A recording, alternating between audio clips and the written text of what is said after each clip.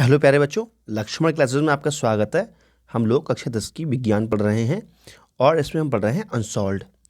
तो बेटा विज्ञान का अनसॉल्व पेपर देख रहे हैं। सन 2020 के सेट 6 हो चुके हैं, अपने यूट्यूब चैनल पे मिल जाएंगे आपको, और ये सेट 7 है। तो इसमें बेटा हम लोग केमिस्ट्री पढ़ रहे हैं, खंड खा। जब ये केमिस्ट्री कंप्लीट हो जाएगी तो उसके बाद हम फिजिक्स स्टार्ट कर देंगे।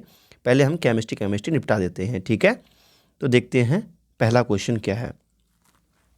निम्नलिखित में से कौन सा प्रबल विद्युत अपघट्य है।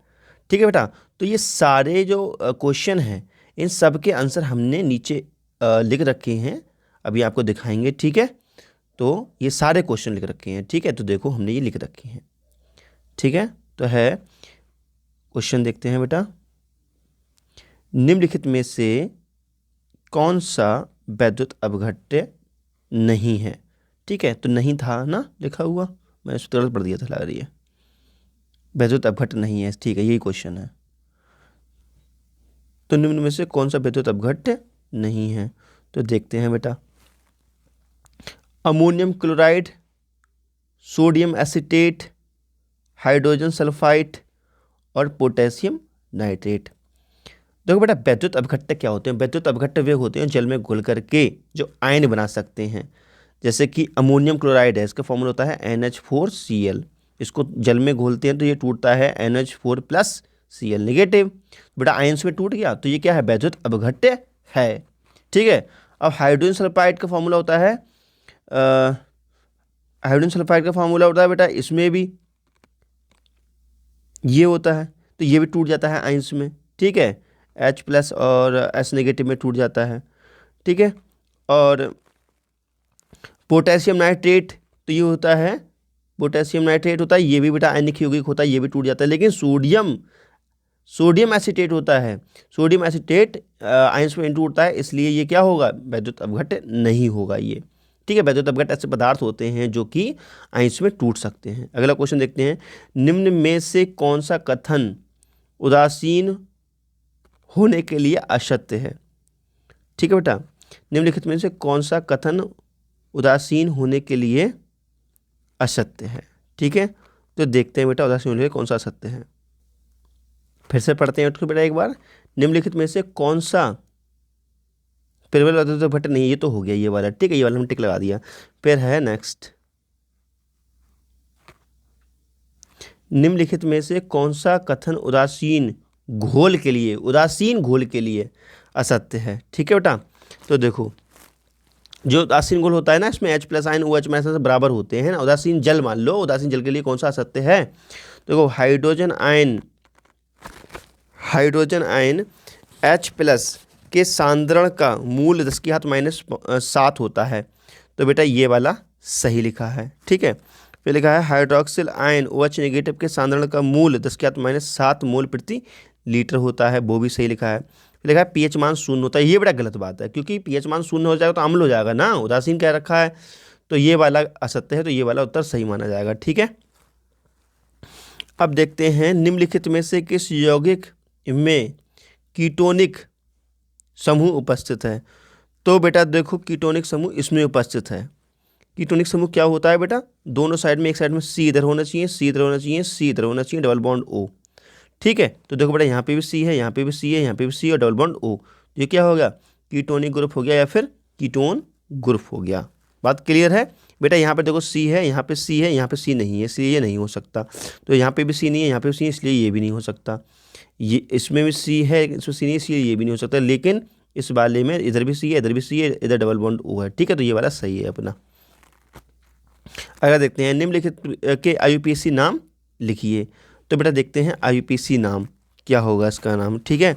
तो देखो यहाँ से हम स्टार्ट करते हैं, 1 2 3, मेथ एथ प्रोप, तो क्या हो जाएगा, प्रोपेन, और बेटा ओइक एसिड, प्रोपेनोइक एसिड, ठीक है।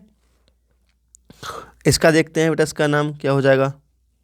देखो बेटा 1 2 3, तो हो जाएगा मेथ एथ प्रोपेन, ठीक है बेटा। प्रोपेनाइन, ठीक है, प्रोपेनाइन चाहे बन लिख सकते हो, प्रोपेनाइन, ठीक है, प्रोपेनाइन 1। ठीक, ये इसके नाम हो गए। अब देखते हैं मेंडलीफ की आवर्त सारणी की 4 उपयोगिताओं का विवरण दीजिए। तो मेंडलीफ की आवर्त सारणी की 4 उपयोगिताएं देखो बेटा कौन कौन सी हैं, हमारे किस काम की मेंडलीफ की आवर्त सारणी है। तो देखो, इस आवर्त सारणी में तत्वों को उनके परमाणु भार के बढ़ते हुए क्रम में रखा गया, ये भी एक अच्छी उपलब्धि है इसकी। ठीक है, उसके बाद में इस आवर्त सारणी में 12 क्षैतिज पंक्तियां होती हैं, जिन्हें हम क्या कहते हैं, जिन्हें हम आवर्त कहते हैं। नेक्स्ट, इस आवर्त सारणी में 8 कॉलम होते हैं, जिन्हें क्या कहा जाता है बेटा, जिन्हें कहा जाता है वर्ग या समूह। ठीक है, इन्होंने अपनी आवर्त सारणी में 4 तत्वों की भविष्यवाणी पहले ही कर दी थी और इन तत्वों के रासायनिक गुणधर्म और परमाणु भार भी बता दिए थे। ठीक है,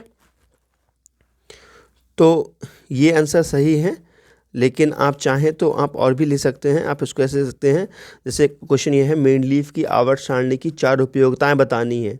तो पहली उपयोगिता क्या है, देखो बेटा फर्स्ट लिखेंगे तो लिखेंगे मेंडलीफ की आवर्त सारणी से हमें तत्वों के परमाणु भार के सही क्रम ज्ञात हुए, पहली उपयोगिता।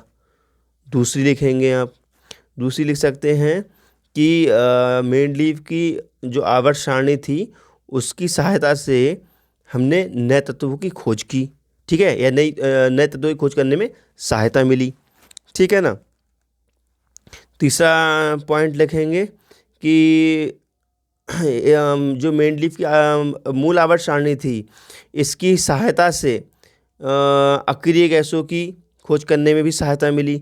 ठीक है, तो इस प्रकार से हम 4 पॉइंट इसके लिख सकते हैं, है ना। और भी हम लिख सकते हैं कि उन्होंने नए तत्वों की भविष्यवाणी कर दी थी, जिससे कि नए तत्वों में हमें खोज करने में सहायता मिली, या हमें इसकी सतह से परमाणु क्रमांक की खोज करने में सहायता मिली। ठीक है, 4 पॉइंट हम लिख सकते हैं इसमें। ओके,